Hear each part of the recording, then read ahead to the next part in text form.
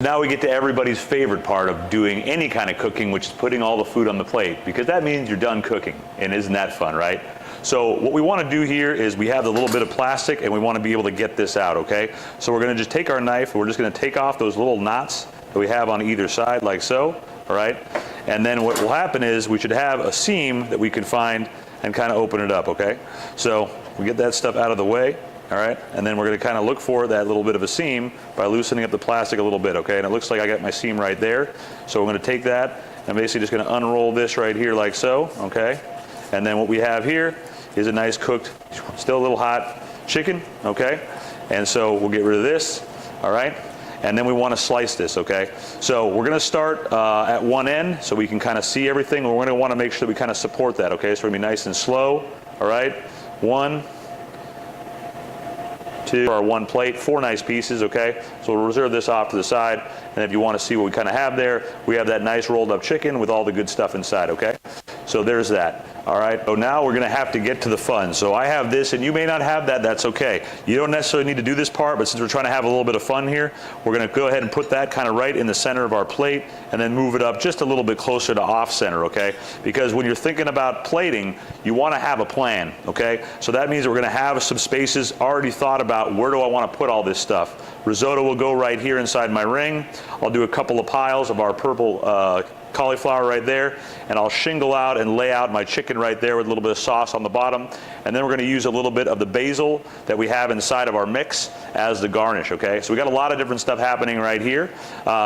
So here we go. We're going to take our risotto like that, and risotto, again, because of what it is, it's going to be nice and sticky as long as it has sat for about a minute or two, and it stays pretty hot for a good amount of time, okay? So we got to be careful here, and what we're going to try to do is, again, keeping a nice neat plate, we're going to scoop off enough to where we feel like it's about a right portion here, which to me is about 4 ounces normally, okay? So we're going to have that and drop it in there. And again, if you don't have the little pusher like I have right here, what we're going to do is you just use the back of the spoon, all right? You can kind of press that down like so, okay? And you want to just kind of create a nice flat little angle, all right? Best we can, okay? Just like that, all right?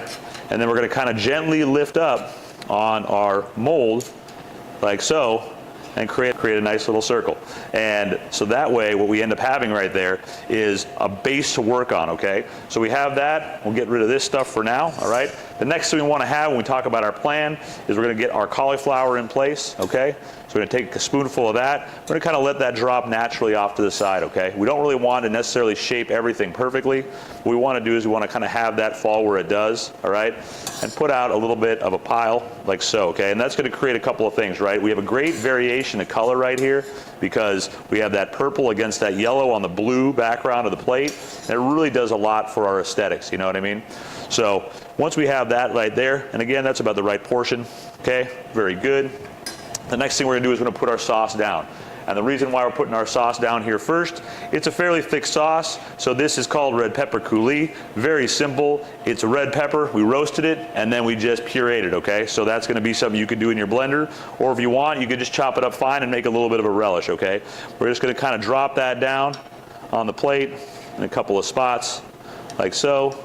And then instead of swoosh, what we're going to do is we're going to let the natural press of our chicken kind of press that out to be a borderline on the sauce. And the reason why I want to do that is because I want the sauce and the chicken to really be there for every bite, okay? So from here, I'm going to lay this down and kind of just give it a gentle press, and that's going to help that stay where I want it to be. I'm just going to kind of lay that across like so, and you can kind of see that chicken kind of presses that sauce just off to the sides right there. So we just have that little bit of accent, right? It looks really nice, okay? And so from here, we have a nice built-out plate, a lot of great colors, and so the last thing that we really kind of want here is something else to make it pop, and the color that we're kind of missing here is going to be that beautiful green. So we're going to take that right there, a little bit of Thai basil, the little blossom on top. We're just going to pop that with our fingers like so, take that off, and we're just going to kind of lay that right into our risotto, kind of show off, okay? So what that's going to give us right there is a nice little purple accent color with the purple cauliflower, bright yellow on the saffron risotto, and that nice red on the sauce with the white chicken and all the colors inside.